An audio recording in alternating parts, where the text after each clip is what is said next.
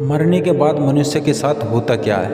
मनुष्य को स्वर्ग मिलता है या नर्क मिलता है? नर्क क्या है, स्वर्ग क्या है, पाप क्या है, पुण्य क्या है? चलिए जानते हैं। देखिए, जब मनुष्य कोई अपनी उम्र को पूरी कर देता है और जब यमराज मनुष्य को लेके जाते हैं, मनुष्य की आत्मा को, तो एक दिन के लिए उसकी आत्मा को उस जगह लेके जाते हैं जिस जगह उसके पूरे ज़िंदगी का हिसाब होता है कि इसने क्या किया।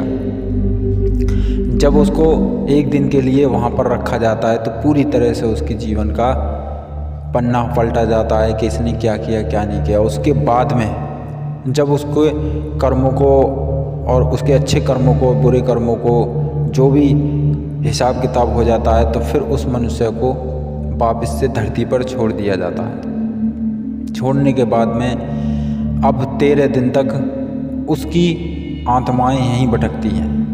अब 13 दिन तक उसके अगले जन्म का कि किस योनि में उसका जन्म आधारित किया जाए, कहाँ भेजा जाए उसके कर्मों के हिसाब से, तो उसके कर्मों को तैयार किया जाता है। अब देखिए, कर्म क्या है?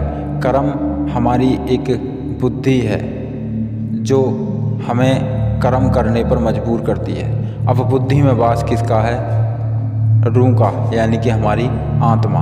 देखिए, हम शरीर से जो कुछ करते हैं पहले हम अपने बुद्धि से करते हैं, तब हमारा शरीर चलता है। तो कर्म हमारी बुद्धि है और मन हमारी आत्मा, यानी कि आत्मा एक मन है ही, और ये अच्छा भी करता है, मन बुरा भी करता है। तो चलिए हम आपको बताते हैं कि फिर मनुष्य स्वर्ग और पाप पुण्य के झमेड़े में कैसे आता है।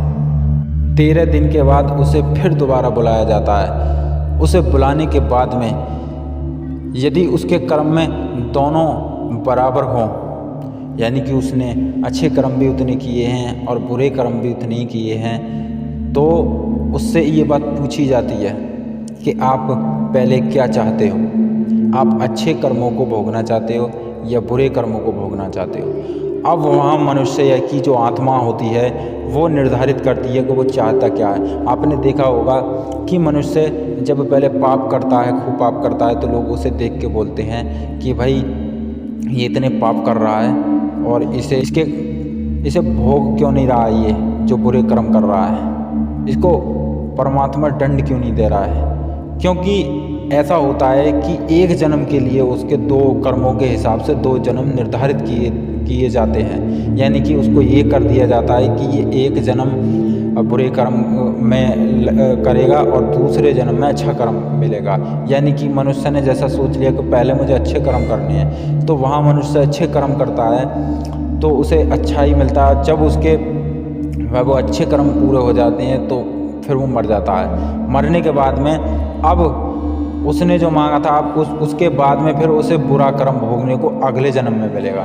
ये ईश्वर की लीला है, ईश्वर की कहानी है, इसे कोई समझ नहीं सकता है। तो मनुष्य 13 दिन तक मनुष्य को इस धरती पर रखा जाता है, उसके बाद में बुलाया जाता है। बुलाने के बाद में उसे उसी जन्म के आधार से भेज दिया जाता है। अब अच्छे कर्म और बुरे कर्म, देखिए दोस्तों, अच्छे कर्म जो होते हैं मनुष्य के वह भी भोगने पड़ते हैं और बुरे कर्म होते हैं वह भी भोगने पड़ते हैं। अब ये बुरे कर्म और अच्छे कर्म का क्या मतलब, आप कैसे जान पाओगे, इसका क्या कारण है? देखिए क्या होता है, जब हम कोई काम करते हैं और हम जब कोई भी काम करते हैं तो उस काम में अगर 10 लोग खुश होते हैं और 10 लोग दुखी होते हैं, तो इसका मतलब ये है कि आपके कर्म बराबर है उस काम में। यानी कि आपने उसमें अच्छा भी कर्म कर दिया और उसमें बुरा भी कर्म कर दिया। अगर आपने वो कर्म किया जिसमें 100 लोग बुराई कर रहे हैं, 100 लोग बुराई कर रहे हैं आपकी, देखिए कर्म खुद से नहीं, दूसरे ही तय करते हैं कर्म, क्योंकि सबके अंदर वो रूह है, वो आत्मा है, वो प्राण शक्ति है सबके अंदर। तो अपने आप में, यानी कि चिराग कभी अपने नीचे नहीं उजाला कर सकता, ऊपर ही कर सकता है। तो इसलिए अपने आप को कर्म दिखता नहीं है, क्योंकि सामने वाले को कर्म दिखता है। अब मनुष्य ने पूरे कर्म खराब करे हैं और 100 लोग उसको बता रहे हैं कि भाई इसने बड़ा पाप किया है, तो समझ लीजिए वो आपका कर्म ऐसा हो गया कि आपको उसमें सुख भोगना नहीं है, अब उसमें आपको दुख ही भोगोगे।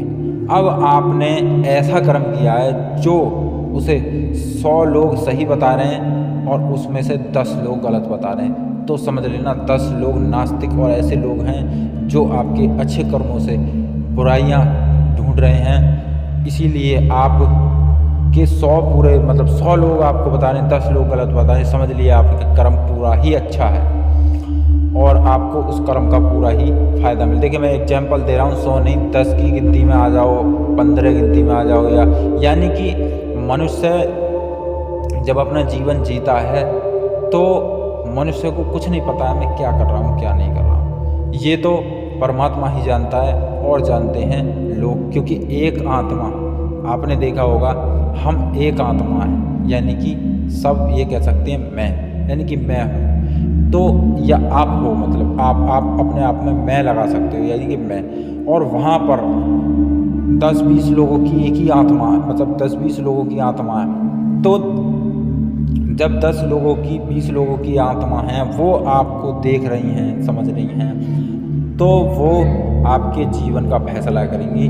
क्योंकि कैसा होता है कि जो यमराज जब ले जाता है तो भगवान भी होता है वहाँ और यमराज को काम सौंपा जाता है हर चीज़ का, फिर यमराज भी कुछ नहीं करता है, फिर जो कर्म का लेखा जोखा होता है वो किसी और के हाथ में होता है। यानी कि इस धरती पर जो भी जी रहे हैं सबकी अलग अलग कहानियाँ हैं, अपने हाथ में कुछ नहीं, सब परमात्मा की लीला है।